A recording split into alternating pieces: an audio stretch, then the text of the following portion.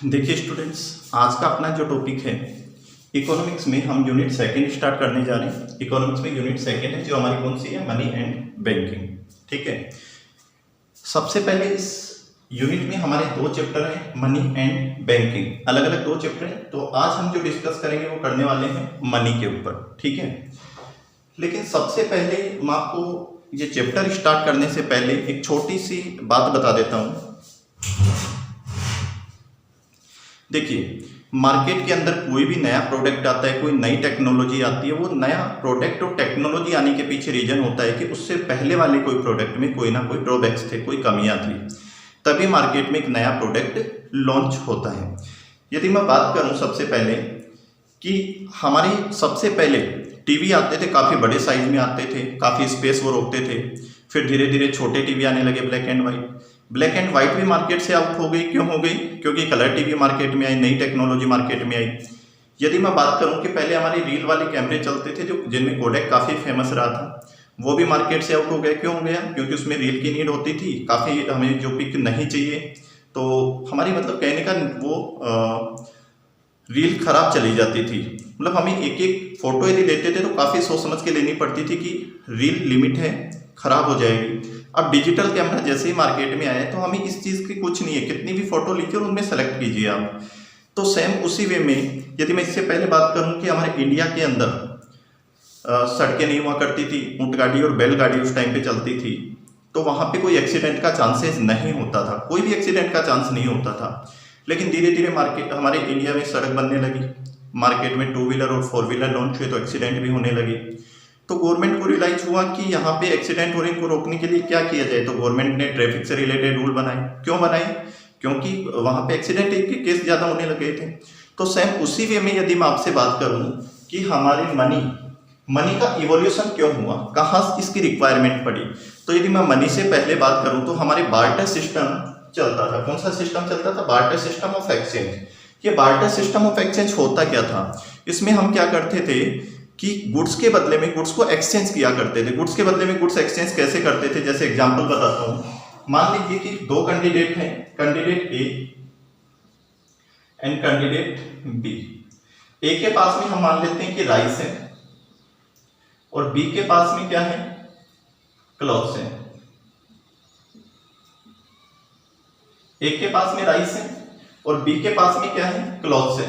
ठीक है, अब ए क्या करेगा? यदि मान लीजिए ए को नीड है, ए को क्लॉथ्स की नीड है, तो और बी को किसकी नीड है? राइस की। तो ए क्या करेगा? बी को राइस दे देगा और बी ए को क्या दे देगा? क्लॉथ्स दे देगा। यानी कि दोबारा सुनिए, दो कैंडिडेट थे ए एंड बी। ए के पास में राइस थे, बी के पास में क्लॉथ्स थे। तो ए क्या करेगा? बी को राइस देगा। बी को राइस देने से बी की जो वांट्स थी वो फुलफिल हो गई और बी से क्या ले लेगा? क्लॉथ ले लेगा। अब क्या हुआ कि दोनों ने आपस में गुड्स को एक्सचेंज कर लिया और दोनों की जो वांट्स थी, नीड थी, वो क्या हो गई? फुलफिल हो गई। तो ये बार्टर सिस्टम में होता था। यानी बार्टर सिस्टम क्या था?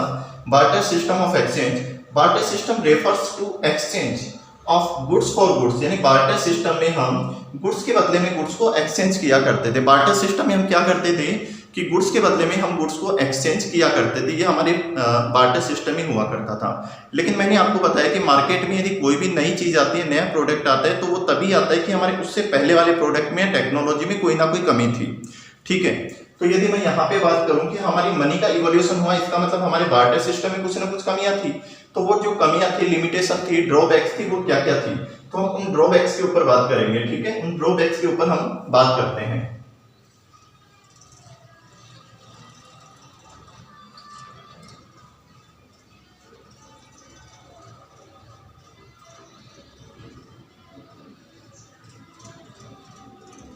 देखो, ये ड्रॉबैक्स क्या क्या थे, लिमिटेशन की मैं बात करूं, सबसे पहले लिमिटेशन या drawbacks of barter system.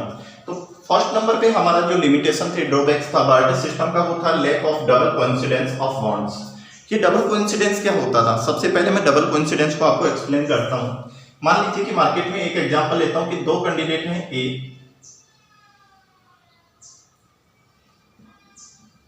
And second candidate है बी।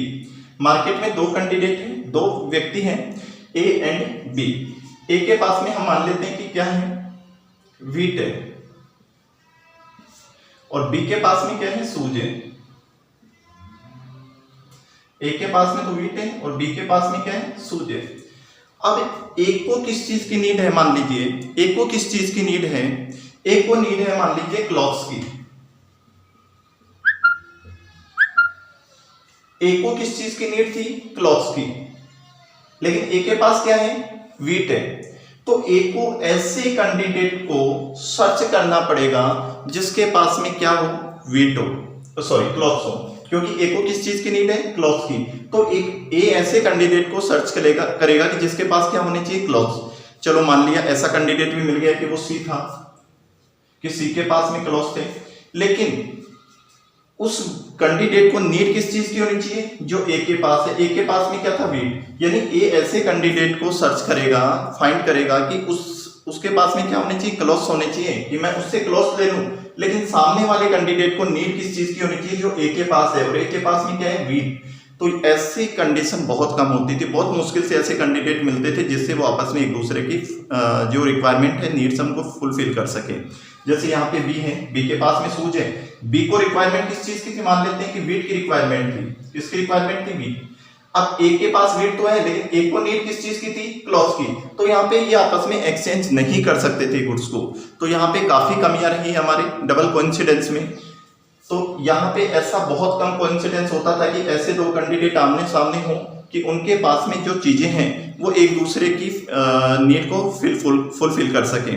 तो यहाँ पे सबसे पहला हमारा जो यहाँ पे ड्रॉबैक्स रहा वो यही था, lack of double coincidence of bonds, कि हमारी जो बॉन्ड्स हैं उनका डबल कोइंसिडेंस होना चाहिए। डबल कोइंसिडेंस का मतलब कि हमारे दोनों के पास जो चीजें हैं वो दोनों की चीजें एक दूसरे की नीड को, बॉन्ड्स को फुलफिल करनी चाहिए। अदरवाइज ऐसा नहीं होगा, हम दोनों के पास में ऐसी जो चीज नहीं है, प्रोडक्ट नहीं है, तो हम आपस में उसको एक्सचेंज नहीं कर पाएंगे। सेकंड नंबर पे यदि मैं चलूंगी, फर्स्ट हमारा ड्रॉबैक,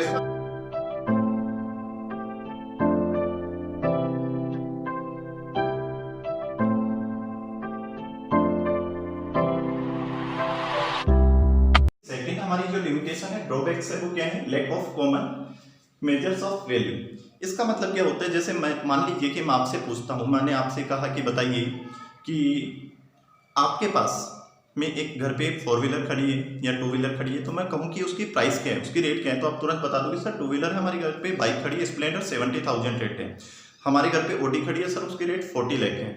लेकिन मैं यदि आपसे बात करूं कि आपके पास में एक हॉर्स है,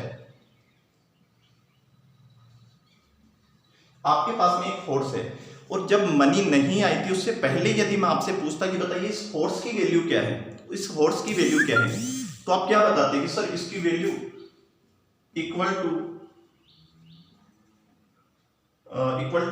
1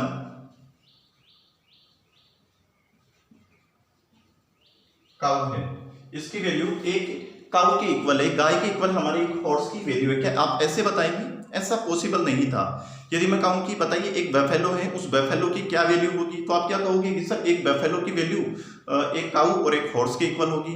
तो कहने का मतलब मेरा ये है कि हमारे बार्टर सिस्टम में किसी भी चीज को मेजर करने के लिए कोई कॉमन वैल्यू नहीं थी। बार्टर सिस्टम में हम किसी भी चीज का यदि वैल्यू करना चाहें तो उसके लिए कॉमन वैल्यू नहीं थी कि हम उसकी वैल्यू का मेजरमेंट कैसे करें। तो सेकंड ड्रॉबैक ये था। जैसे मान लीजिए कि इसका एक एग्जांपल देता हूं कि आपके पास में हॉर्स है, बट आपको क्या चाहिए, एक बफेलो चाहिए।